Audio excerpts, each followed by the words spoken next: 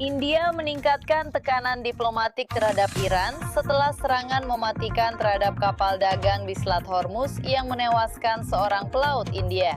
Iran membunuh pelaut India, sementara India meninggalkan sikap netral dan mengubah serangan di Selat Hormuz menjadi konfrontasi diplomatik langsung dengan Teheran.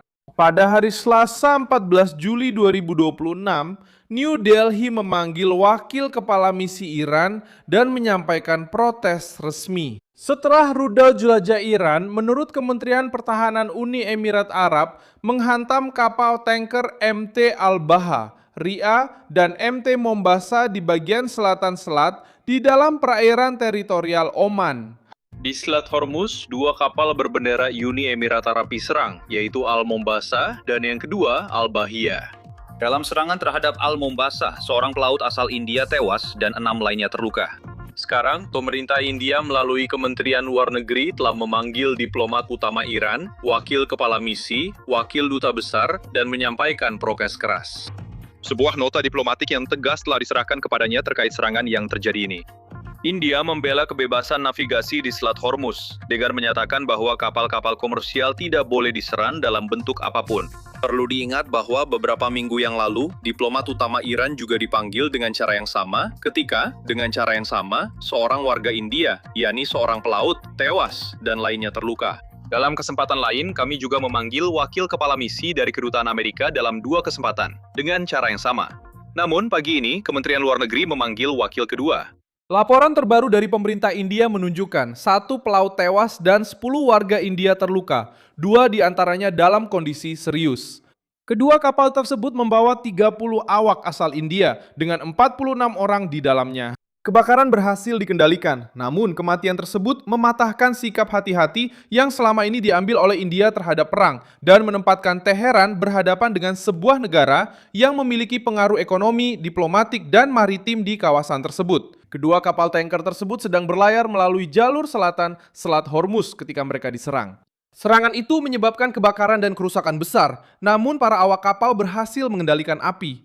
Pelaut India yang tewas berada di MT Al-Bahia, menurut pernyataan terbaru dari New Delhi. Seorang warga India lainnya di kapal yang sama terluka. Di MT Mombasa, 9 warga India mengalami luka-luka, 2 diantaranya luka parah.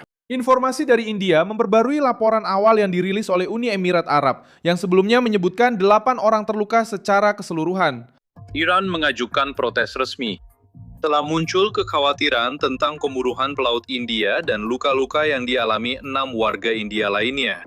Dalam beberapa hari terakhir, setelah berakhirnya gencatan senjata dan meningkatnya perang, Selat Hormuz, Iran, serta negara-negara seperti Bahrain, Kuwait, dan Uni Emirat Arab telah menjadi sasaran serangan. Ada diaspora India yang besar yang bekerja di Uni Emirat Arab dan Asia Barat. Selain itu, pelaut India merupakan tenaga kerja terbesar di jalur perdagangan, di Selat Hormuz, dan di proyek-proyek konektivitas lainnya.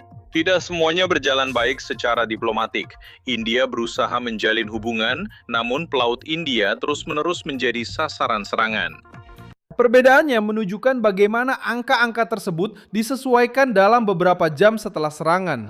Garda Revolusi Iran menyatakan telah menyerang 2 kapal supertanker yang dikatakan telah mengabaikan peringatan, mematikan sistem navigasi, dan mencoba melewati rute yang dianggap terlarang oleh Teheran. Kelompok tersebut tidak secara resmi mengidentifikasi kapal-kapal itu dalam pernyataan yang dikutip oleh media internasional. Meskipun demikian, alasan yang diberikan Iran menunjukkan metode yang digunakan untuk menekan pelayaran. Teheran berusaha memutuskan kapal mana yang boleh melintasi selat dan menargetkan kapal manapun yang mengikuti rute yang didukung oleh Amerika Serikat. Akibatnya adalah kematian seorang pekerja sipil dari negara yang belum terlibat secara militer dalam perang. India juga melaporkan bahwa perwakilannya di Uni Emirat Arab sedang memantau para korban luka dan memberikan dukungan kepada keluarga mereka. Ini menegaskan bahwa sikap menahan diri sebelumnya tidak bisa terus dipertahankan ketika warga negara India terbunuh di dalam kapal dagang. Kementerian Luar Negeri memanggil wakil kepala misi Kedutaan Besar Iran di New Delhi dan menyampaikan keprihatinan yang mendalam atas kejadian tersebut. India bereaksi terhadap insiden di Selat Hormuz. Seorang warga India tewas dalam serangan terhadap kapal tanker minyak milik Uni Emirat Arab. Menanggapi hal itu, Kementerian Luar Negeri memanggil Wakil Kepala Misi Iran. Mari kita langsung ke Aditya Rajkao. Aditya, India bereaksi keras atas kematian pelaut India di Selat Hormuz akibat serangan Iran. Kementerian Luar Negeri sekarang memanggil Wakil Kepala Misi Diplomatik Iran. Tepat sekali, ini adalah perkembangan besar saat ini, hanya beberapa jam setelah warga India tewas dalam serangan Iran dengan rudal balistik dan jelajah di selat tersebut. Tekanan terhadap Iran meningkat karena Uni Emirat Arab juga menganggap serangan itu sebagai pelanggaran serius terhadap hukum internasional dan menyatakan berhak untuk merespons. Yordania mengecam tindakan tersebut, menyatakan solidaritas kepada Uni Emirat Arab dan mengirimkan bela sungkawa kepada India. Serangan itu tidak terbatas pada perselisihan antara Washington dan Teheran. Donald Trump terus memberikan tekanan dalam beberapa jam berikutnya. Presiden Amerika Serikat mengatakan bahwa ia berniat untuk menyerang yang disebut Gunung Pequax, sebuah kompleks bawah tanah di dekat Natanz. Gunung Pequax yang disebutkan itu adalah sebuah kompleks bawah tanah di dekat Natanz. Pernyataan tersebut menghidupkan kembali logika lama Trump tentang Iran. Dalam sebuah wawancara pada tahun 1988, dia sudah mendukung reaksi keras terhadap Teheran dan menyebutkan pendudukan Pulau Kart jika personel atau kapal Amerika diserang. Hampir 4 dekade kemudian, Selat Hormuz, Pulau Kark, dan fasilitas di dekat Natanz tetap menjadi pusat strateginya. Gunung Piket memiliki terowongan yang dalam dan terlindungi. Namun, analisis yang diterbitkan oleh Institut untuk Ilmu Pengetahuan dan Keamanan Internasional menunjukkan bahwa kompleks tersebut masih dalam tahap pembangunan, belum memiliki fasilitas yang siap beroperasi, dan saat ini tidak dianggap sebagai tempat penyimpanan uranium yang diperkaya. Trump mengakui bahwa Amerika Serikat tidak memantau aktivitas di lokasi tersebut, tetapi mengatakan bahwa serangan bisa saja terjadi dalam waktu dekat. Logika Washington tampaknya bersifat preventif, mencegah agar sebuah struktur yang masih belum selesai dibangun nantinya diubah menjadi fasilitas nuklir yang dilindungi. Risikonya adalah membuka satu lagi front serangan pada saat konflik sudah mencapai kapal-kapal sipil dan pangkalan-pangkalan yang didirikan di negara lain. Iran juga meluncurkan rudal ke sebuah pangkalan militer Amerika Serikat di Yordania. Dilaporkan bahwa 4 rudal balistik berhasil dijatuhkan dan tidak ada korban jiwa dalam serangan tersebut. Gambar-gambar yang dikaitkan dengan fasilitas di Yordania beredar di media sosial.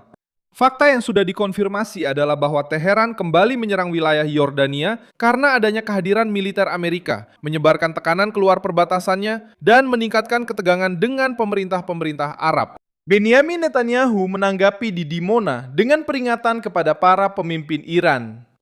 Siap untuk menghadapi skenario apapun. Saya hanya bisa mengatakan satu hal kepada kalian. Tidak, saya akan mengatakan ini kepada para pemimpin Iran saat ini. Jangan pernah berpikir bahwa akan ada ketenangan jika kalian menyerang kami.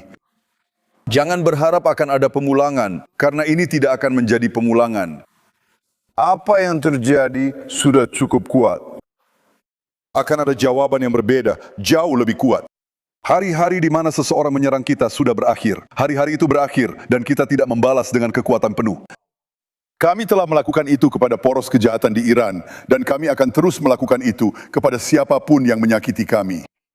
Perdana Menteri Israel menyatakan bahwa serangan baru terhadap wilayahnya akan mendapat reaksi yang lebih kuat daripada sebelumnya, dan bahwa Israel tidak akan lagi menerima agresi tanpa membalas dengan kekuatan yang lebih besar. Pernyataan tersebut mendekatkan pidato Israel dengan sikap keras yang diambil oleh Amerika Serikat pada saat Trump mengancam dan terus melakukan operasi terhadap posisi-posisi Iran.